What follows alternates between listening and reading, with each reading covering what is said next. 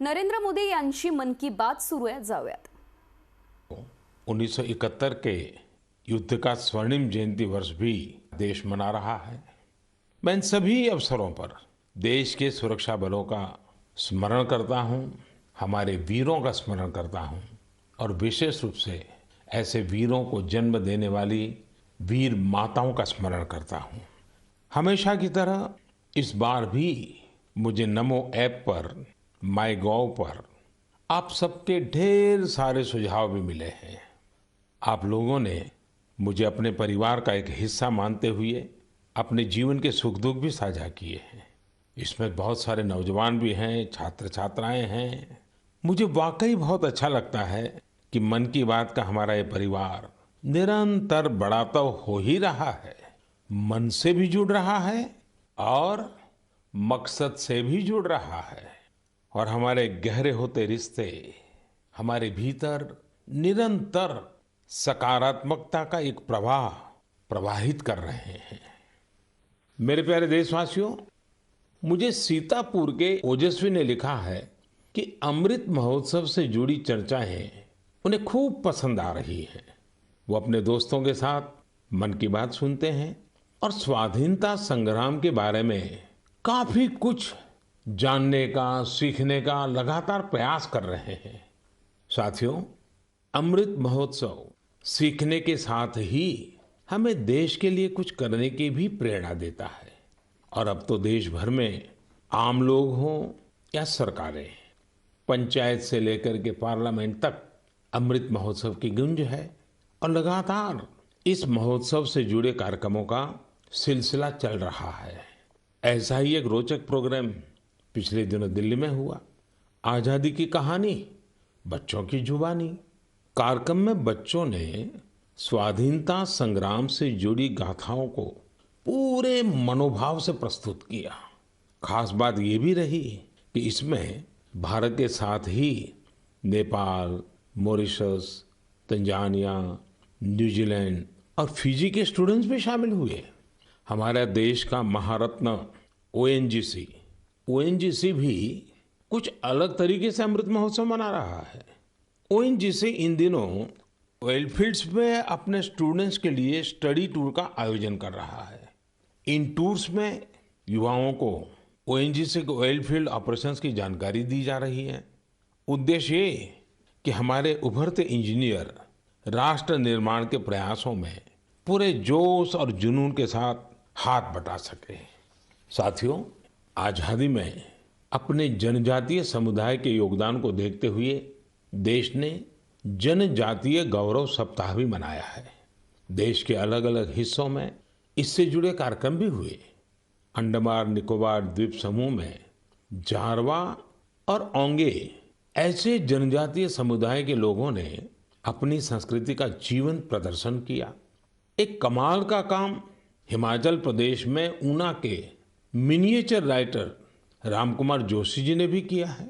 उन्होंने postage stamp पर ही, यानी इतने छोटे से पोस्टेज स्टैम्प पर नेताजी सुभाष चंद्र बोस और पूर्व प्रधानमंत्री लाल बहादुर शास्त्री जी के अनोखे स्केच बनाए हैं। हिंदी में लिखे राम शब्द पर उन्होंने स्केच तैयार किए, जिसमें संक्षेप में दोनों महापुरुषों की जीवनी को भी उकेरा गया है। मध्य प्रदेश के कटनी से भी कुछ साथियों ने एक यादगार दास्तान गोई कार्यक्रम की जानकारी दी है। इसमें रानी दुर्गावती के अदम्य साहस और बलिदान की यादें ताजा की गई हैं। ऐसा ही एक कार्यक्रम काशी में हुआ। गोस्वामी तुलसीदास, संत कबीर, संत रैदास, भारतेंदु हरिश्चंद्र, मुंशी प्रेमचंद और जयशंकर प्रसाद जैसे महान विभूतियों के सम्मान में 3 दिनों के महोत्सव का आयोजन किया गया। अलग अलग कालखंड में इन सभी की देश की जन जागृति में बहुत बड़ी भूमिका रही है। आपको ध्यान होगा, मन की बात के पिछले एपिसोड्स के दौरान मैंने 3 प्रतियोगिताओं का उल्लेख किया था, कंपटीशन की बात कही थी। एक, देशभक्ति के गीत लिखना, देशभक्ति से जुड़ी, आजादी के आंदोलन से जुड़ी घटनाओं की रंगोली बनाना और हमारे बच्चों के मन में भव्य भारत के सपने जगाने वाली लोरी लिखी जाए।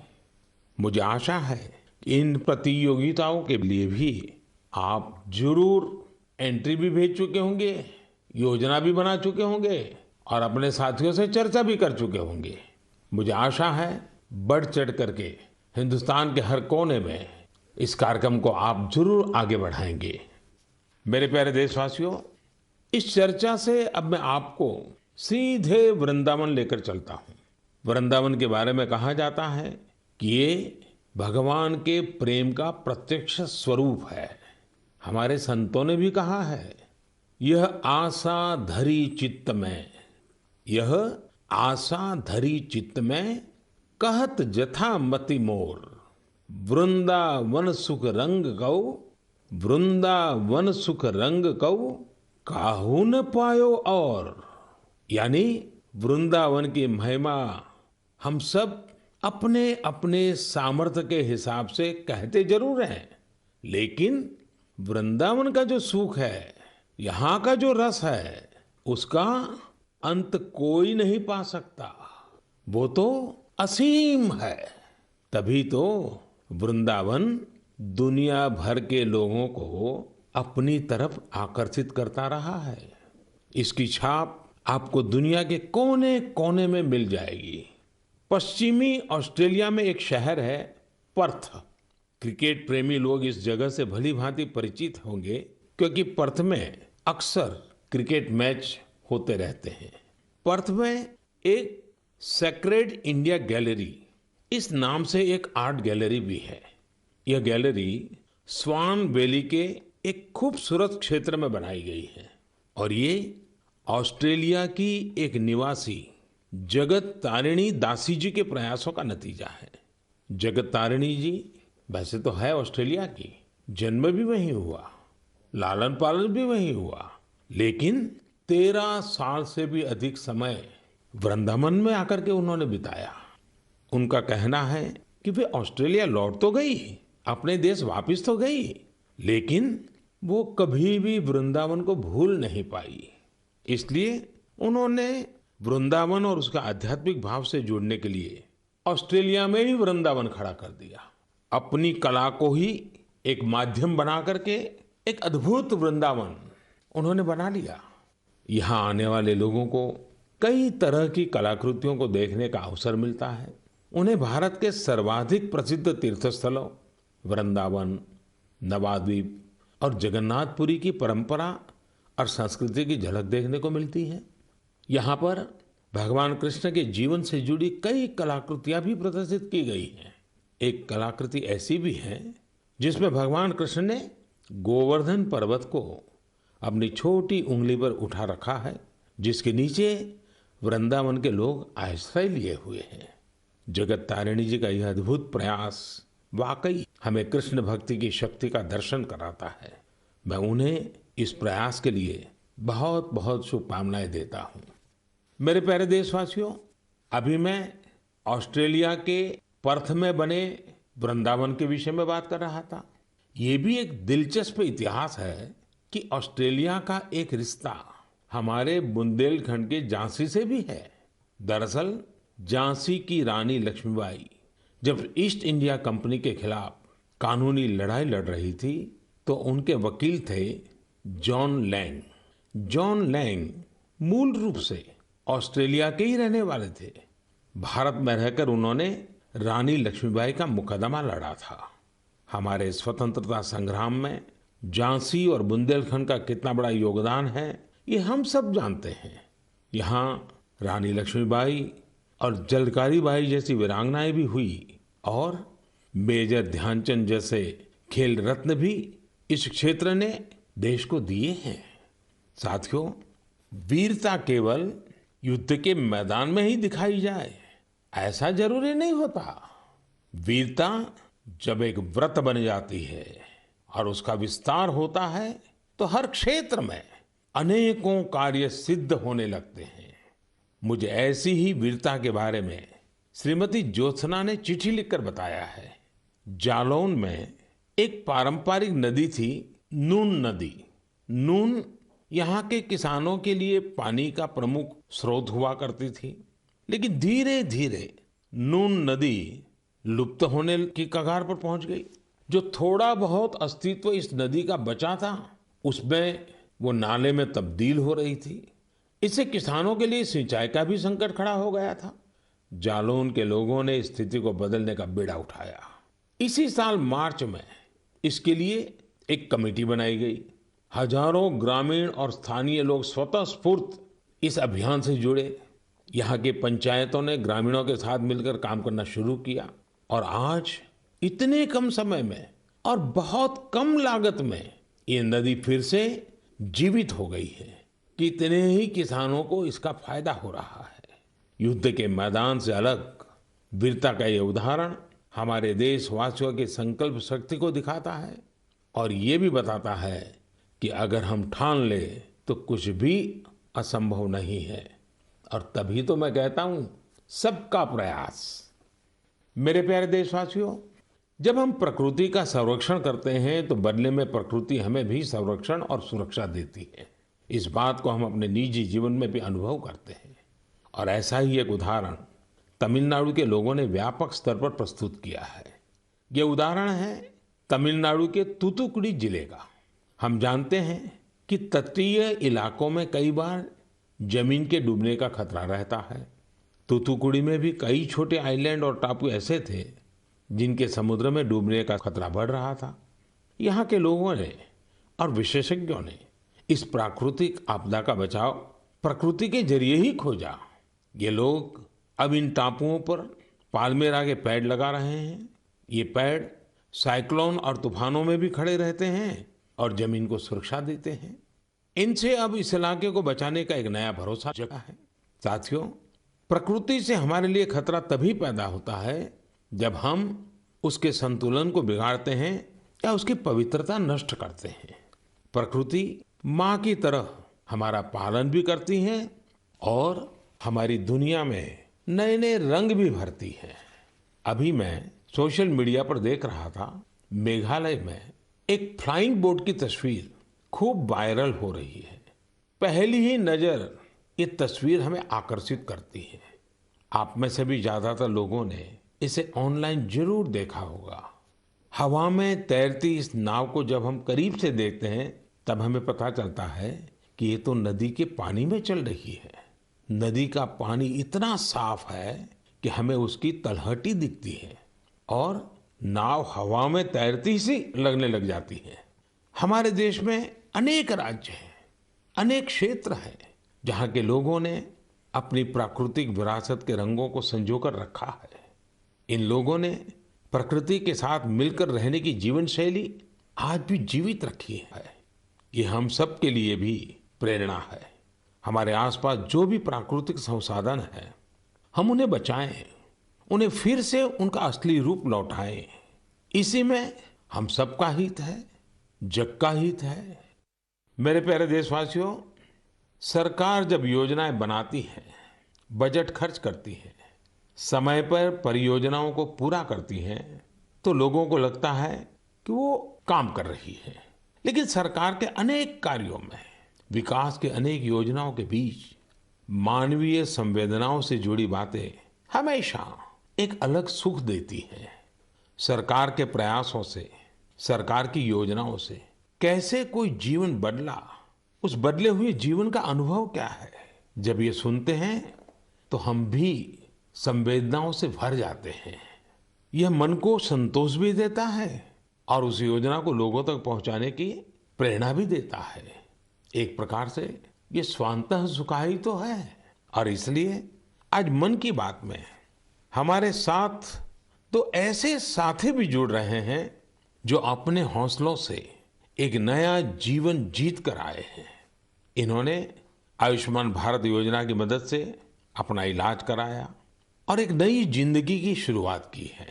हमारे पहले साथी हैं राजेश कुमार प्रजापति, जिन्हें हृदय रोग की बीमारी, हार्ट की समस्या थी। तो आइए राजेश जी से बात करते हैं। राजेश जी नमस्ते। नमस्ते सर, नमस्ते। आपकी राजेश जी बीमारी क्या थी? फिर किसी डॉक्टर के पास गए होंगे, मुझे जरा समझाइए। स्थानीय डॉक्टर ने कहा होगा, फिर किसी और डॉक्टर के पास गए होंगे, फिर आप निर्णय नहीं करते होंगे या करते होंगे, क्या क्या होता था? जी, मुझे हार्ट में प्रॉब्लम सर आ गई थी। मेरे सीने में जलन होती थी सर। हम्म। फिर मैंने डॉक्टर को दिखाया। डॉक्टर ने पहले तो बताया हो सकता बेटा तुम्हारे एसिड होगी। तो मैंने काफी दिन एसिड की दवाई कराई।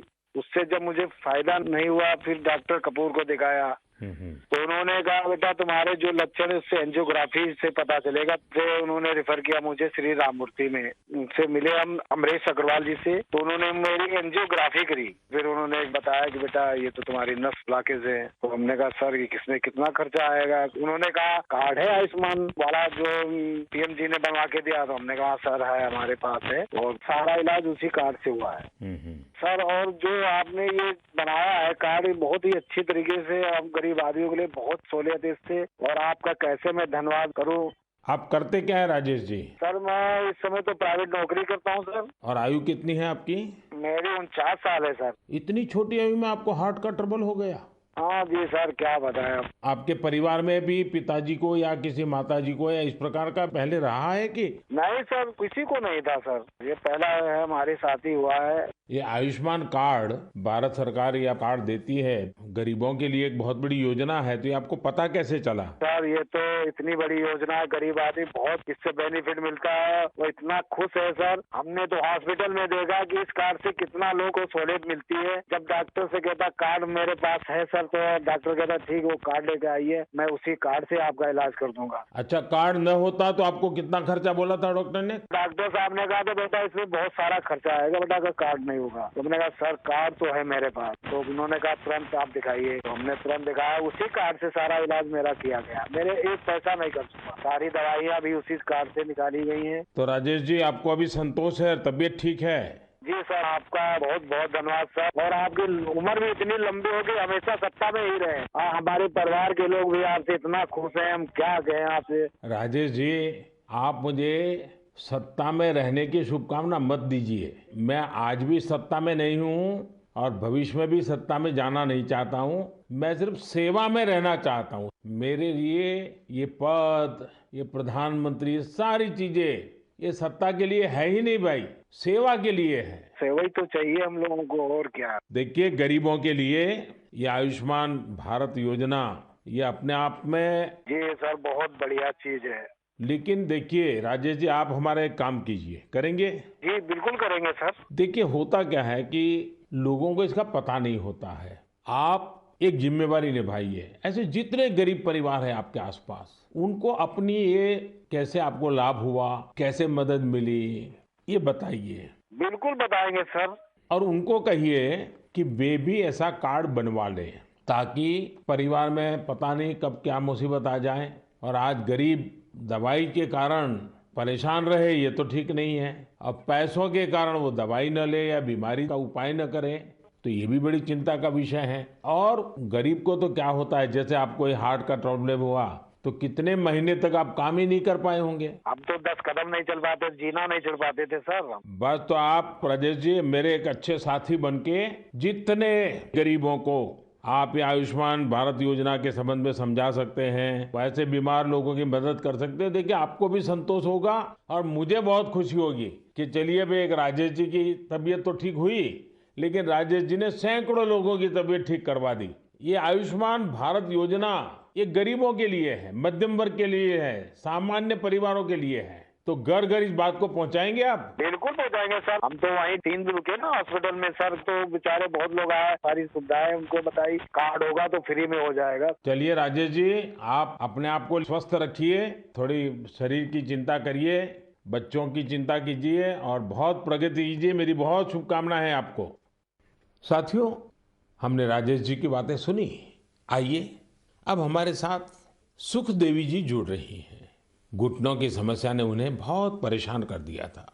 आइए हम सुख देवी जी से पहले उनके दुख की बात सुनते हैं और फिर सुख कैसे आया वो समझते हैं। सुख देवी जी नमस्ते, आप कहाँ से बोल रही हैं? दाऊदपुरा से। कहाँ पड़ता है ये? मथुरा में। मथुरा में। फिर तो सुख देवी जी आपको नमस्ते भी कहना है और साथ साथ राधे राधे भी कहना होगा। हाँ राधे राधे। अच्छा, हमें सुना कि आपको तकलीफ हुई थी, आपका कोई ऑपरेशन हुआ, जरा बताएंगे क्या बात है? हाँ, मेरा घुटना खराब हो गया था तो ऑपरेशन हुआ है मेरा प्रयाग हॉस्पिटल में। आपकी आयु कितनी है सुखदेवी जी? उम्र 40 साल। 40 साल और सुखदेव नाम, और सुखदेवी को बीमारी हो गई? बीमारी तो मुझे 15-16 साल से लग गई। अरे बाप रे, इतनी छोटी आयु में घुटने आपके खराब हो गए? वो गठियावाई बोलते हैं जो जोड़ों में दर्द थे, कहते हैं घुटना खराब हो गई। तो 16 साल से 40 साल की उम्र तक आपने इसका इलाज ही नहीं करवाया? नहीं करवाया था, दर्द की दवाई खाते रहे, छोटे मोटे डॉक्टरों ने कहते, देसी दवाई है वैसी दवाई है, थैला छाप डॉक्टरों ने कहते, उनसे घुटना चलवे पे ही खराब हो गई। 1-2 किलोमीटर पैदल चली मैं तो घुटना खराब हो गई मेरी। तो सुखदेव जी, ऑपरेशन का विचार कैसे आया? उसके पैसों का क्या प्रबंध किया? कैसे बना ये सब? मैंने वो आयुष्मान कार्ड से इलाज करवाया है तो मैंने। आपको आयुष्मान कार्ड मिल गया था? हाँ, और आयुष्मान कार्ड से गरीबों को मुफ्त में उपचार होता है, पता था? स्कूल में मीटिंग हो रही थी, माँ से हमारे पति को पता चला तो कार्ड बनवाया मेरे नाम से। हाँ। फिर इलाज करवाया कार्ड से और मैंने कोई पैसा नहीं लगाया, कार्ड से ये इलाज हुआ है मेरा, खूब बढ़िया इलाज हो गया है। अच्छा, डॉक्टर ने पहले अगर कार्ड न होता तो कितना खर्चा बताते थे? 2.5 लाख रुपए, 3 लाख रुपए। 6-7 साल से पड़ी हूँ खाट में। ये कहती थी ये भगवान मुझे ले तो मुझे नहीं जीना। 6-7 साल से खाट में थी? बाप रे बाप। हाँ, ओहो। बिल्कुल उठा बैठा नहीं जाते, बच्चे बैठाते। तो अभी आपका घुटना पहले से अच्छा हुआ है? मैं खूब घूमती हूँ, फिरती हूँ, किचन का काम करती हूँ, घर का काम करती हूँ, बच्चन को खाना बना के देती हूँ। तो मतलब आयुष्मान भारत का कार्ड आपको सचमुच में आयुष्मान बना दिया। बहुत बहुत धन्यवाद। आपकी योजना की वजह से ठीक हो गई, अपने पैरों पे खड़ी हो गई। तब तो बच्चों को भी आनंद आता होगा। हाँ जी, बच्चों को तो बहुत भी परेशानी होती थी, अब माँ परेशान है तो बच्चा भी परेशान है। देखिए, हमारे जीवन में सबसे बड़ा सुख हमारा स्वास्थ्य ही होता है। ये सुखी जीवन सबको मिले, यही आयुष्मान भारत की भावना है। चलिए सुखदेवी जी, मेरी आपको बहुत बहुत शुभकामनाएं। फिर से एक बार आपको राधे राधे। राधे राधे, नमस्ते। मेरे प्यारे देशवासियों, युवाओं से समृद्ध हर देश में 3 चीजें बहुत मायने रखती हैं, और वही तो कभी कभी युवा की सच्ची पहचान बन जाती है।